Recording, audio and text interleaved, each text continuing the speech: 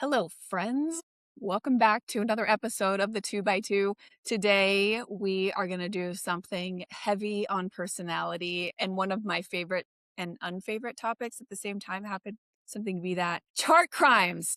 You guys, I love a chart crime. I hope you're a chart champ, not a chart criminal. But today we're going to be looking at some really atrocious data pages, and we're going to just throw tomatoes at them. I am joined today by Amelia Waters, one of a fan favorite on the 2x2 podcast. Amelia is ex-BCG. That's how she and I know each other. She and I have also worked together as independent consultants.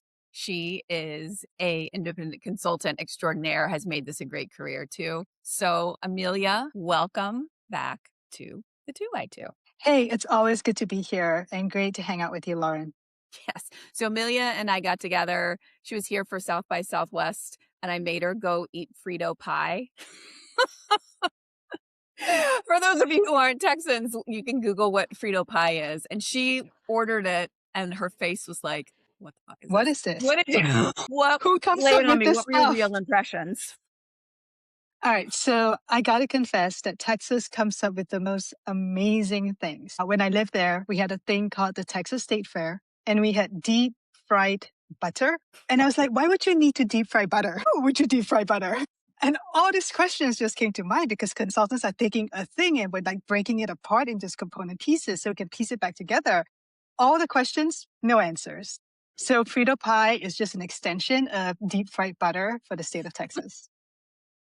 All questions, no answers. That's hilarious. We need to make some merch that says all questions, no answers. It's really true. All right. That was a very diplomatic way of saying, I have to say, I took you to like a historical place. It was not the best Frito pie I've ever had.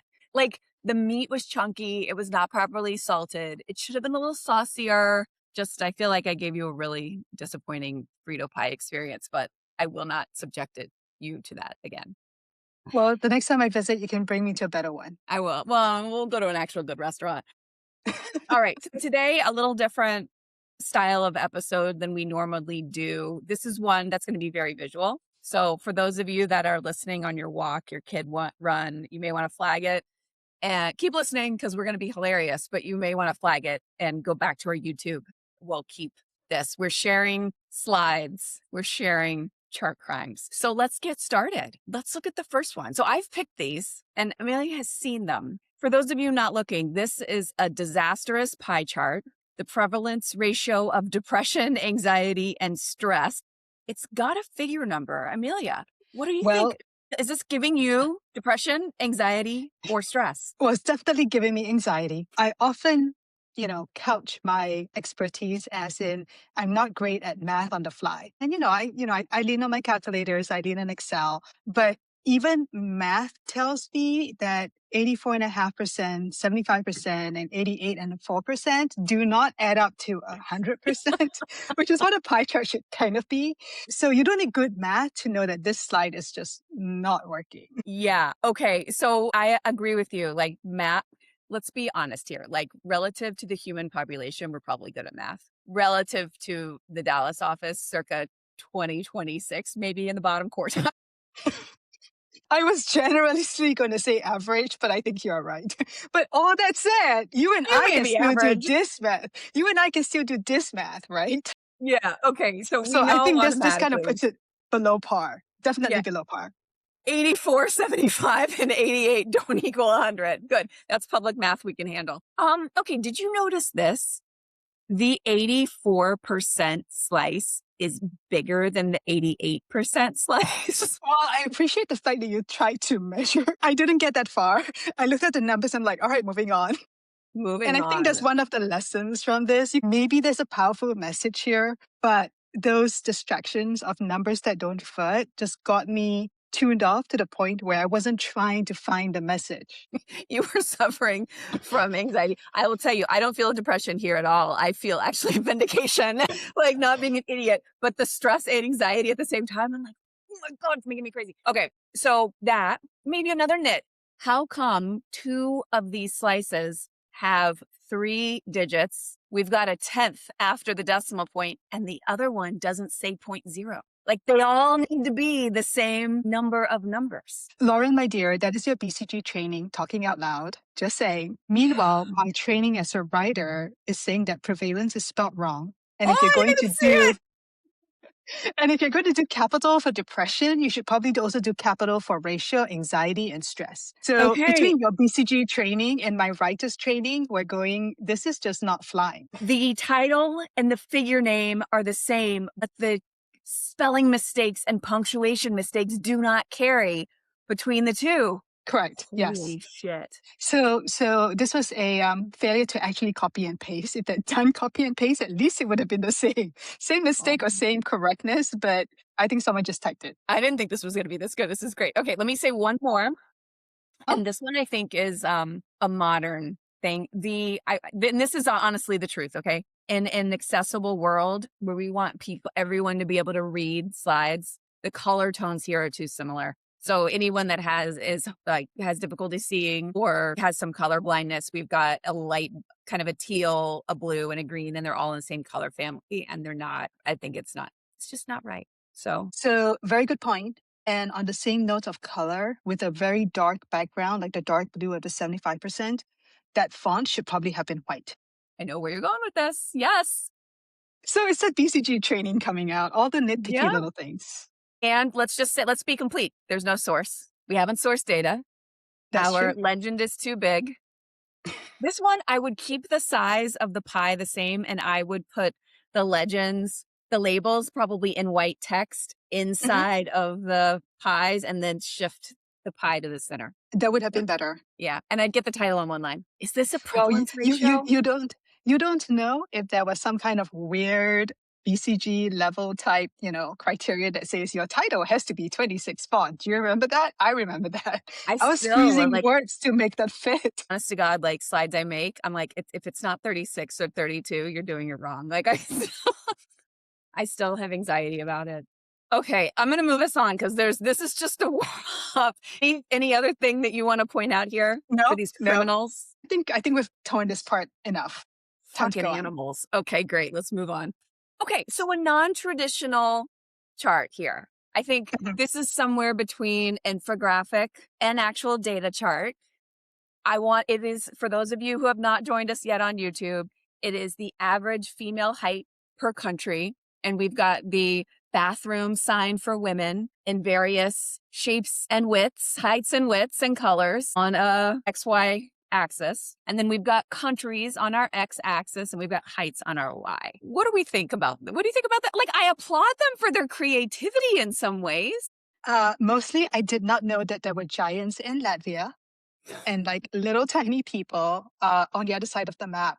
The challenge here that with data is picking the wrong number to start the axis on, right? And this is the challenge. They started at I don't know what number it was, 4.9 or whatever, but sort of starts at 5 and it goes up to like 5.7 or 5.8, but it misses out this whole area like to 5 feet, like this whole magical area of 0 to 5 just sort of vanished, right?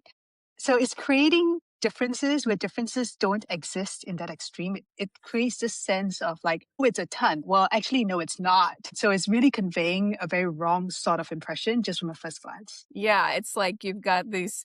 So the other piece that throws me off is that the images, the icons, the female icon, bathroom icon, was clearly just stretched, and that stretched the height and the width.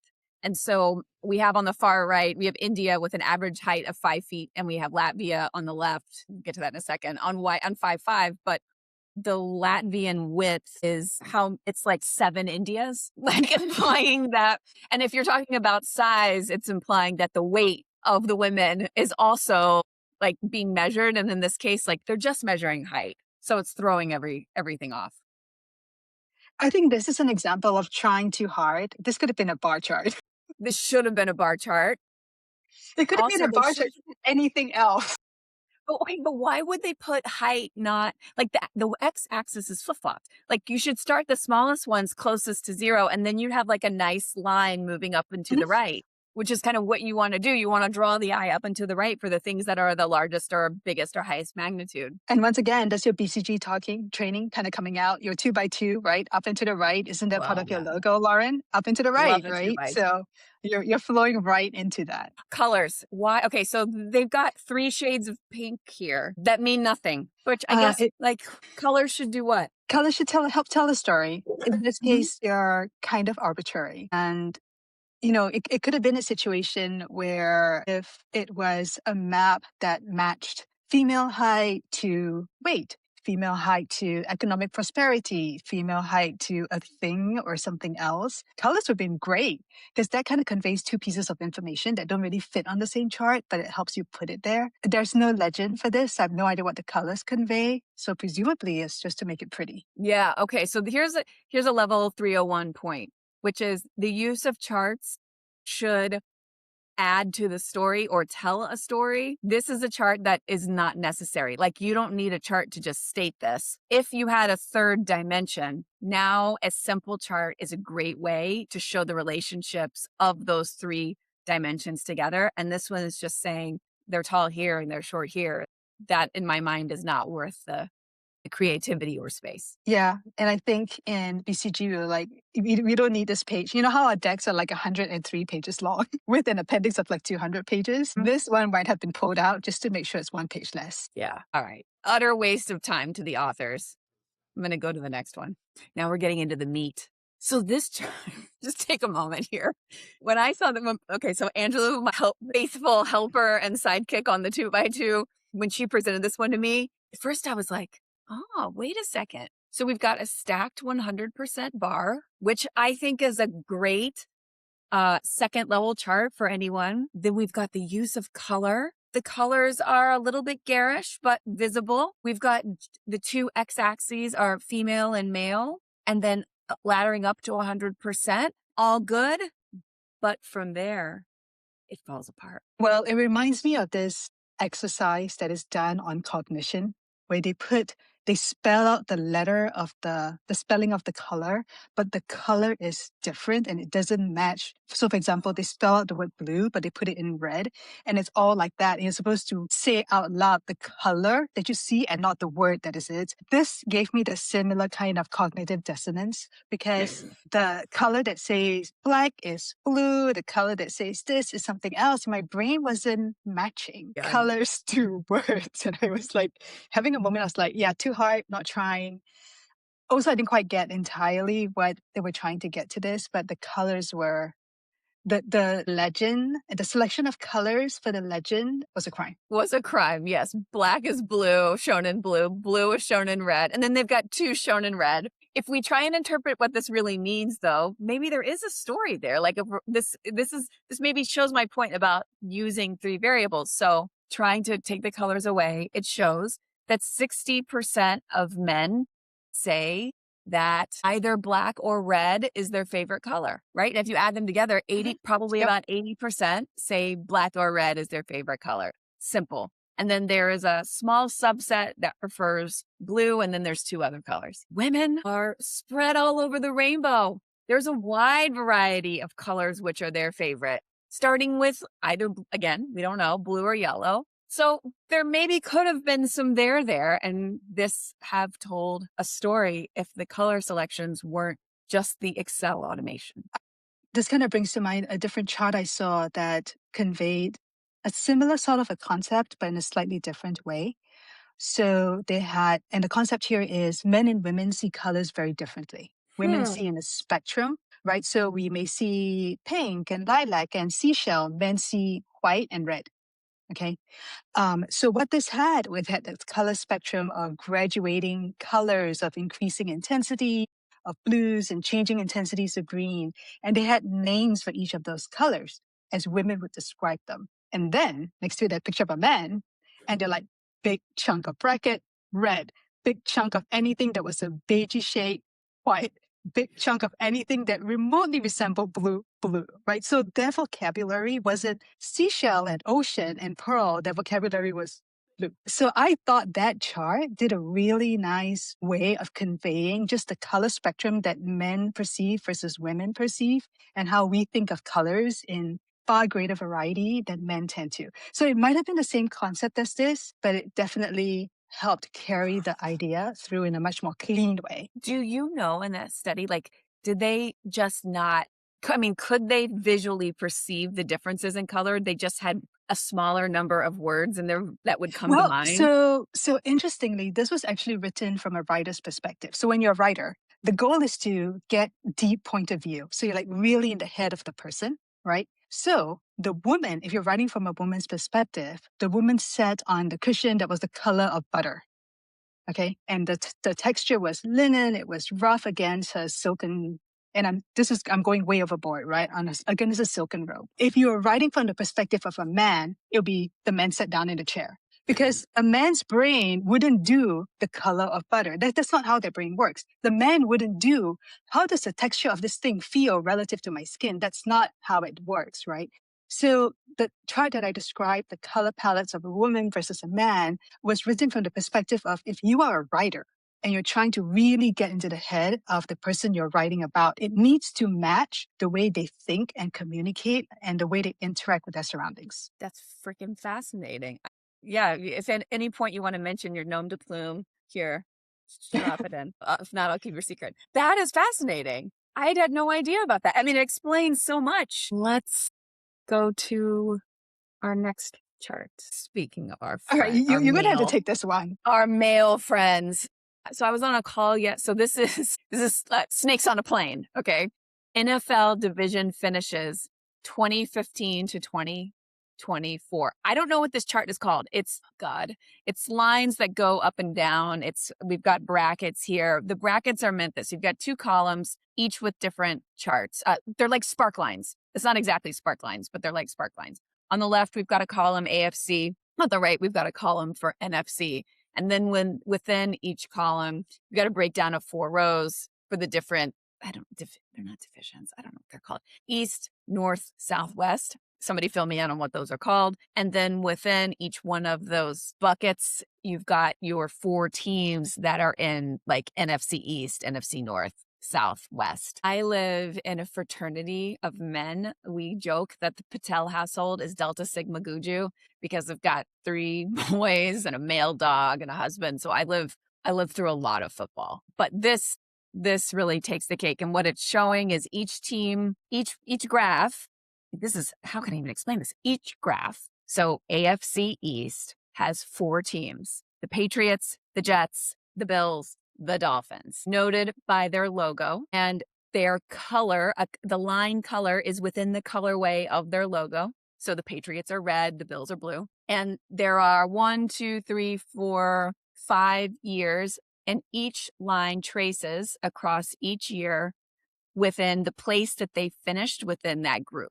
First, second, third, fourth. So we start in 2015 with the Patriots in first place in AFC East. We stay in first place in 2017, first place 2019, and in 21, then we skipped a year here, yeah? It drops to third place, goes up, and we trace it all the way down to the final year of the chart where we show they're in fourth place. I can't actually read what's in those little, I mean, this is so small, you've lost some of the data because even with glasses staring at a giant monitor, I can't read it.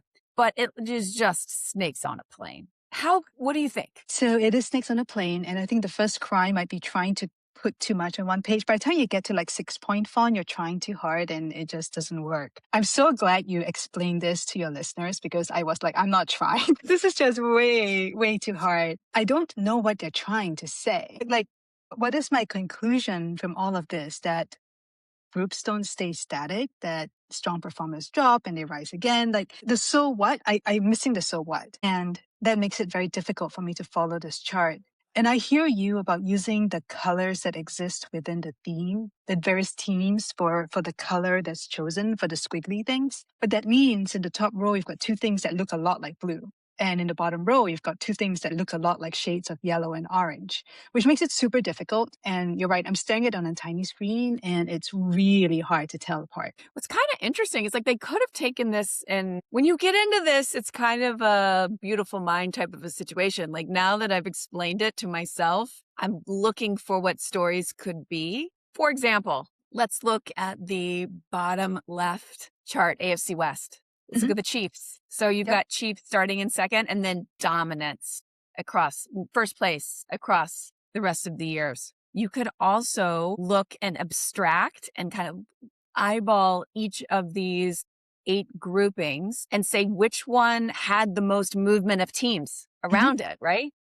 Like you've got a Yep. lot of movement in NFC West. You've got a lot of movement in NFC East, but some back and forth in AFC West. Look at AFC North. And from 2015 to 2020, like not a lot of movement, but then things started to change for them. Look at all the movement and squiggles that happen. So I Fascinating. think something that could have made this chart possibly even better would be a chart that would be little icons on them that said the coach changed or the quarterback changed, right? Because then it ties possible triggers for the change in the squiggle, the direction of the Yeah. squiggle to possible events. So for example, that bottom chart on AFC, is it because that group is that good? Or is it because it was placed in a division with some seriously not so awesome teams?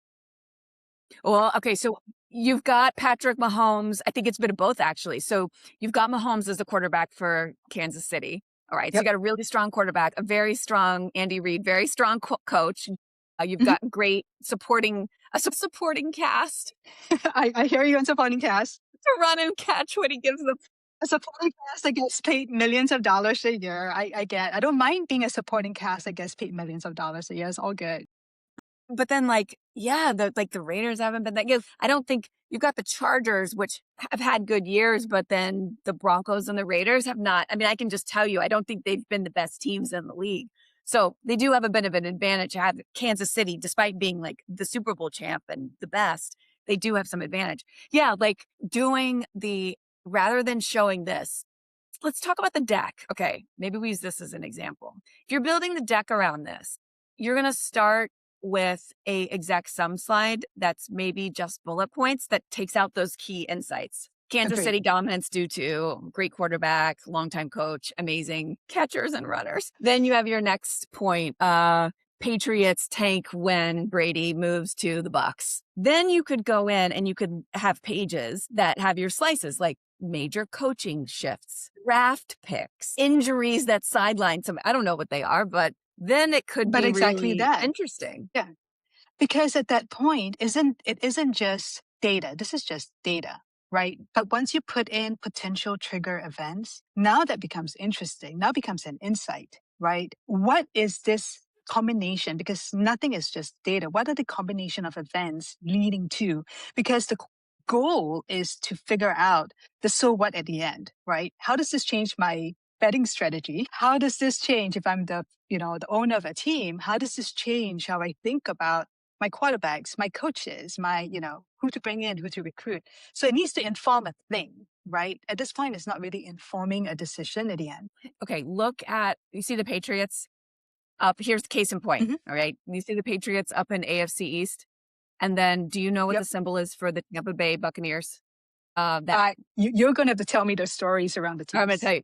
NFC South. Uh-huh. And do you see the bottom starting point with the red flag? That's Tampa Bay Buccaneers. Now, imagine you had a page with just those 2 lines. And I'm going to look for something right now that could help us. Hold on. When did Tom Brady leave the Patriots? Ha! Tom Brady Was it left the then? Patriots at the end of the 2020 season and he went to the Bucks. So Well, where there we you go, see right? And to that, where we see the dominance of one and the rise of the other, right, is exactly when the quarterback left, right? And that's why that would have been really cool to see.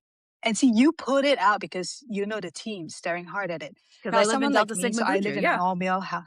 Right. I live in an all male household, but nobody watches football, right? Like we're not a football household.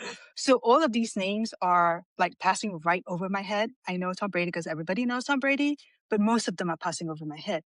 I would never have picked that out. Like that to me, I wouldn't have seen that or intuited that.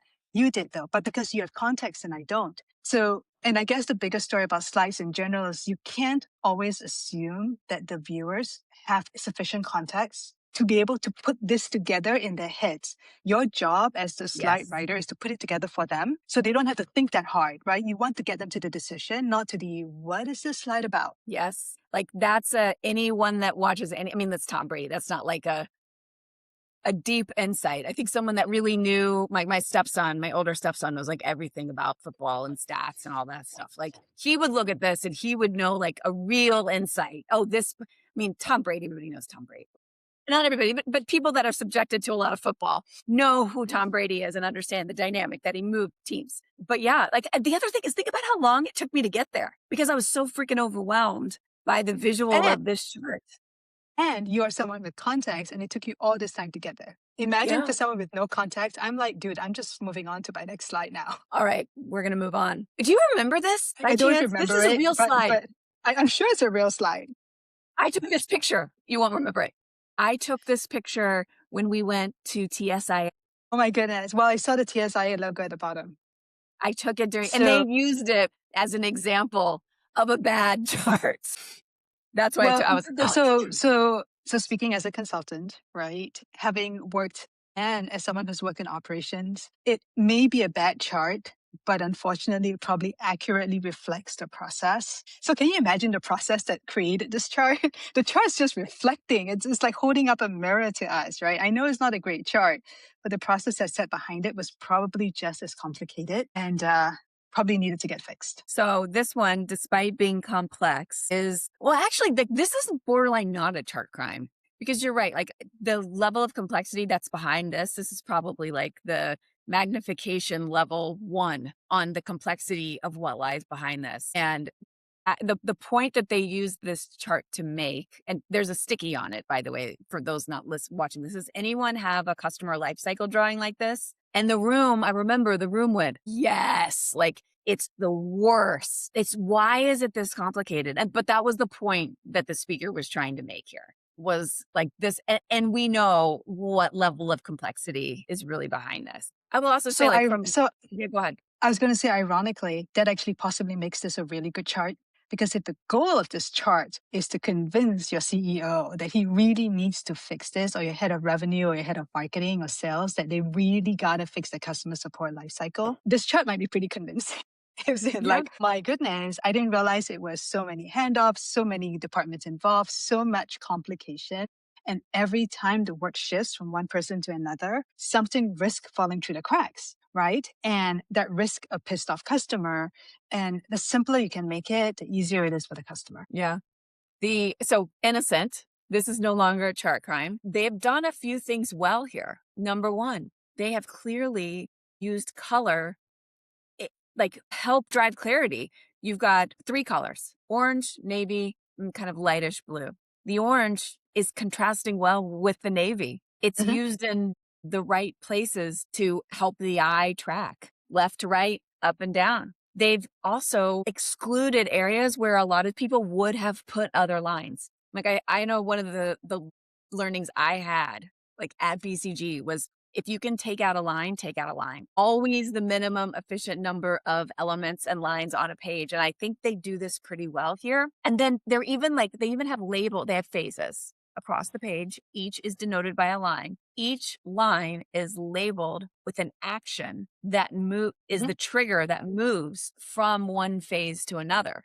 We've got purchase, outcome, recommendation, right? On top of Yeah. the phase, like next to the phase name. So it's clear what actual actions are being taken as a process progresses. So yeah, overall, they've got external split from internal. I mean, overall, despite its complexity, not terrible Not and used terrible, in the right especially way. if the goal is to convince you need change. Yeah. Yeah. And that was the goal here. All right. This is our last one. And this one I threw in.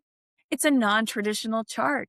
This was a big swing. It's just a piece of art with some labels. What do you think about this one? It is not a chart. It is it's a picture with wannabe axis on it. But unless you're trying to extrapolate very hard from the height of the orchid or the height of the clipboard, like you've pointed out recession years, but I don't know what that actually means. Like what was the layoffs? Like how high at this point it's just too much guesswork. But it's a very pretty picture. Yes. And the data, I will just give them a shout out here for sourcing their data from Fred. So what did we take away? Let's kind of maybe we could round out what makes simple rules of what makes a good chart and some simple rules about how you can apply those across a deck. I think the rule that I try to stick with is what am I trying to get done with this page? Never mind chart, right? Well, very first, what I need to get done with this meeting, and then therefore what I need to get done with the materials that I bring to the meeting. And that helps decide, is it a Word document? Is it a PowerPoint deck? And then what goes into the deck? Everything needs to drive to the outcome. Executive time is so precious. So every piece in there needs to do the job at the right time in the right sequence to get you to what you want. Yeah. I will take away that always less is more, and that you can burn a lot of time, both in preparation and time in a meeting, with a chart that is not visually consumable with a glance. If you don't get it and you have to pause and think about it, it's not the right chart, or don't use the chart or split it in two. Yeah, absolutely Other right.